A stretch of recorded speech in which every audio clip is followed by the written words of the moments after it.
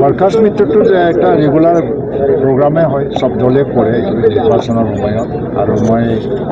আজি এটা routine programme হিচাপে আহিছোঁ আৰু মইতো ভাবোঁ যে এতিয়া আৱেগত ভোট নিদিয়ে মানুহে আৰু ঢৌত ভোট নিদিয়ে মানুহে নিজে নিজে বিচাৰ কৰিব কাৰণ এটা ডাঙৰ পৰিৱৰ্তন দেখিছোঁ ভোটাৰ্ছবিলাকৰ মাজত আগতে পইচা বিলাই ভোট পোৱা এই কালচাৰবিলাক লাহে লাহে হয়তোবা কমি গৈ আছে মানে ৰাইজে এটা বিবেক বা নিজে নিজে বিচাৰ কৰি পেলাই ভোট দিব সেইটো দেখিছোঁ কাৰণে UPPLে এতিয়া কৰ্মী সভাটো পাতি আছে যে আমি কামটো কেনেকৈ কৰিম ইয়াৰ ওপৰতে আলোচনা কৰিবৰ কাৰণে কৰা হৈছে আজি যথেষ্ট ভাল আৰু প্ৰায় এটা ক্লিয়াৰ পিকচাৰ আহি গৈছে কংগ্ৰেছটো গোটেই অসমতে একেবাৰে ইনচিগনিফিকেণ্ট হৈ আছে তেখেতসকলৰ কোনো প্ৰাধান্য নাই বা কোনো প্ৰায়ৰিটি নাই কোনো কিবা নাই কংগ্ৰেছ যদি নাই মেজৰ বিৰোধী দলটো নাইয়ে এতিয়া আৰু BPF দলটো এনেই হাৱাত গোটা ঘূৰাই আছে একো নাই হাৱাত গোটা ঘূৰাই আছে তেওঁলোকৰ সন্মুখত মানে তেওঁলোকে আজি এইটোও ঠিক কৰিব পৰা নাই কাৰ বিৰোধী যুঁজিব লাগে আজি দুৰ্গা দাস বড়ো যদি দৰং ওদালগুৰিৰ কথাটো কয় তেওঁৰ শত্ৰু কোন দৰং ওদালগুৰি তাতে BJP কেণ্ডিডেট দিছে নহয় জানো এই UPPLৰ গাড়ী পাৰি আছে আৰু আজি মানে BJP বা NDAৰ নীতিৰ ওপৰতেও একো নকয় কি দিলীপ শইকীয়াক গালি ব্যক্তিগতভাৱে আক্ৰমণ কৰি আছে তাৰ শত্ৰুও নাই আৰু এইকাৰণে তেওঁলোকে ঠিক কৰিব পৰা নাই যে কাৰ এগেইনষ্টত ইলেকশ্যন খেলি আছে কোকৰাঝাৰত চাওক তেওঁলোকে UPPLৰ গাড়ী পাৰি আছে আৰু UPPL চৰকাৰ বোলে বিফল হৈছে কিন্তু চৰকাৰটো মিলিজুলি চৰকাৰ BJP UPPL চবে মিলিজুলি চৰকাৰ যদি গালি পাৰিব লাগে চৰকাৰক কৰিব লাগে তেওঁলোকৰ টাৰ্গেটও নাই লক্ষ্যও নাই আৰু প্ৰতিদ্বন্দ্বী মানে কাক তেওঁলোকে গণ্য কৰিছে এইটোও নাই সেইকাৰণে তেওঁলোকে আজি এই নিৰ্বাচনত একেবাৰে অপ্ৰাসংগিক হৈ গৈছে আজিৰ দিনত BJP অগপৰ স্থিতি কেনেকুৱা কি পাইছে নাই BJPয়েতো 11টা সমষ্টিত কেণ্ডিডেট দিছে পাক্কা জিকি যাব 11টা সমষ্টিত নগাঁও জিকি যাব এইটো ক্লিয়াৰ হৈ গৈছে প্ৰায় লাহে লাহে কাৰণ আমাৰ কংগ্ৰেছ আৰু UDF যেতিয়া প্ৰতিদ্বন্দ্বিতাত নামি গ'ল তেওঁলোকেতো মহাজোঁট কৰিহে জিকি গৈছিলে প্ৰজ্যোত বৰদলৈতো মহাজোঁটৰ কেণ্ডিডেট আছিল যোৱাবাৰ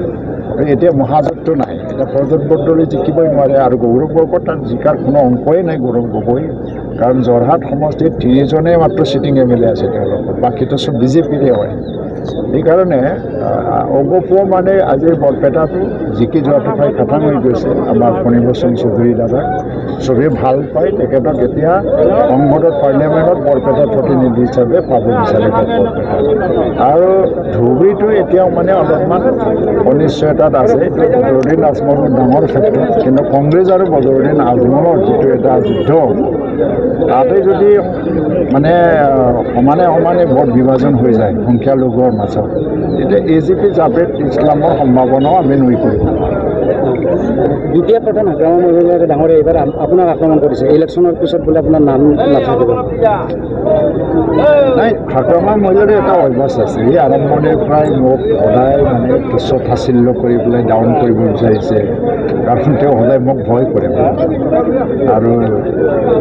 কিমান যে ঘটনা কৰিলে সমাজ বৈঠক পৰ্যন্ত কৰিছে জাতিদ্ৰোহী পৰ্যন্ত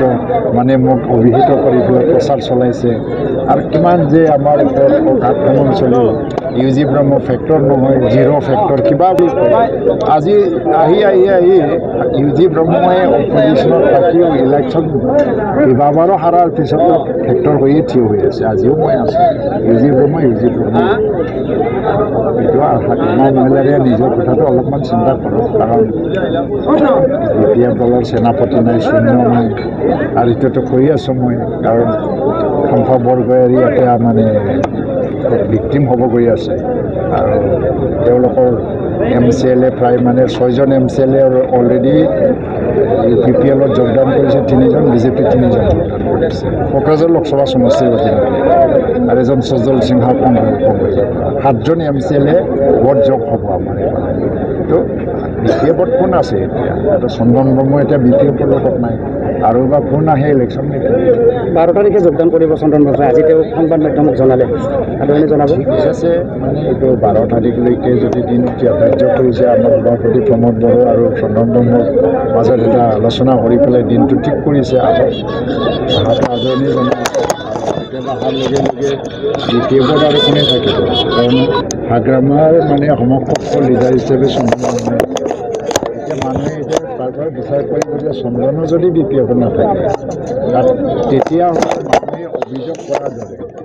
হাগ্ৰামা দলত বি পি এফ দলত হাগ্ৰামাৰে এক নায়কতা বাদ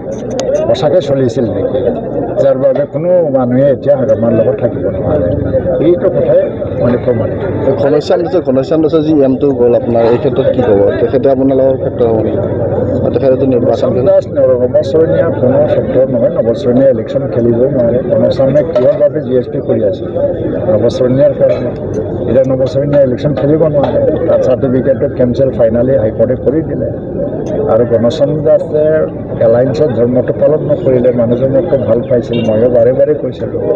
আপুনি এলায়েন্সৰ ধৰ্মটো মানে পালন কৰক সমত বড়ো আলোচনা কৰিছিল কিন্তু এই এলায়েন্সৰ ধৰ্ম পালন নকৰে তাৰপিছত কি নৱকৰণীয়াই খাই দিলে তাৰ ৰাজনৈতিক ভৱিষ্যত কাৰণ নৱকৰণীয়াই কেইদিনমান আগত আনুষ্ঠানিকভাৱে ঘোষণা কৰি দিলে যে G S P N D এৰ লগত নাই এলায়েন্স নাই তেনে ক্ষেত্ৰত তেখেতে এন ডি এ দ্বাৰা চলোৱা চৰকাৰত এজন নিয়ম হৈ থকাৰ কিবা মানে প্ৰাসংগিকতা বা নৈতিকতা নাথাকে তাৰ কাৰণে বাদ গ'ল এতিয়া কিন্তু ঘনশ্যাম দাস হিচাপে আমি ভাল পাইছিলোঁ কাম কৰা মানুহ আছিলে মানে কৰ্মী আছিলে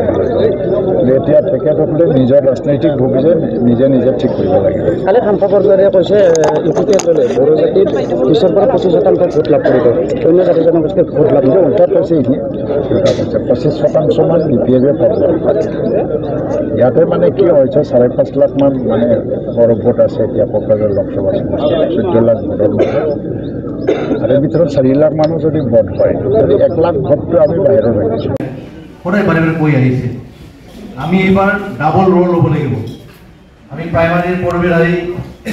প্ৰেচিডেণ্ট বা ছেক্ৰেটাৰী নহওক কিয় বা অৰ্গেনিক ছেক্ৰেটাৰী নহওক কিয় ব্লক কমিটিৰ হওক বা জিলা পৰ্যায়ৰ হওক বা কেন্দ্ৰীয় পৰ্যায়ৰ হওক আমি দুটা ৰোল কৰিব লাগিব এটাটো তেনেকৈ কাম কৰিব লাগিব আনটো হ'ল বুথ পৰ্যায়ত মই এম চি এল এ হ'লেও মই মৈৰাজা ৰেভিনিউৰ বাসিন্দা হয় মৈৰাজা ৰেভিনিউৰ অন্তৰ্গত বাসিন্দা তো কাম কৰিব লাগিব তাৰমানে টিম ৱৰ্ক এতিয়া চেণ্ট্ৰেল জিলা ব্লক প্ৰাইভেট তেনেকুৱা নহয় বুথ কমিটি এক্সট্ৰা বুথ তেনেকুৱা নহয় আমি যৌথভাৱে কাম কৰিব লাগিব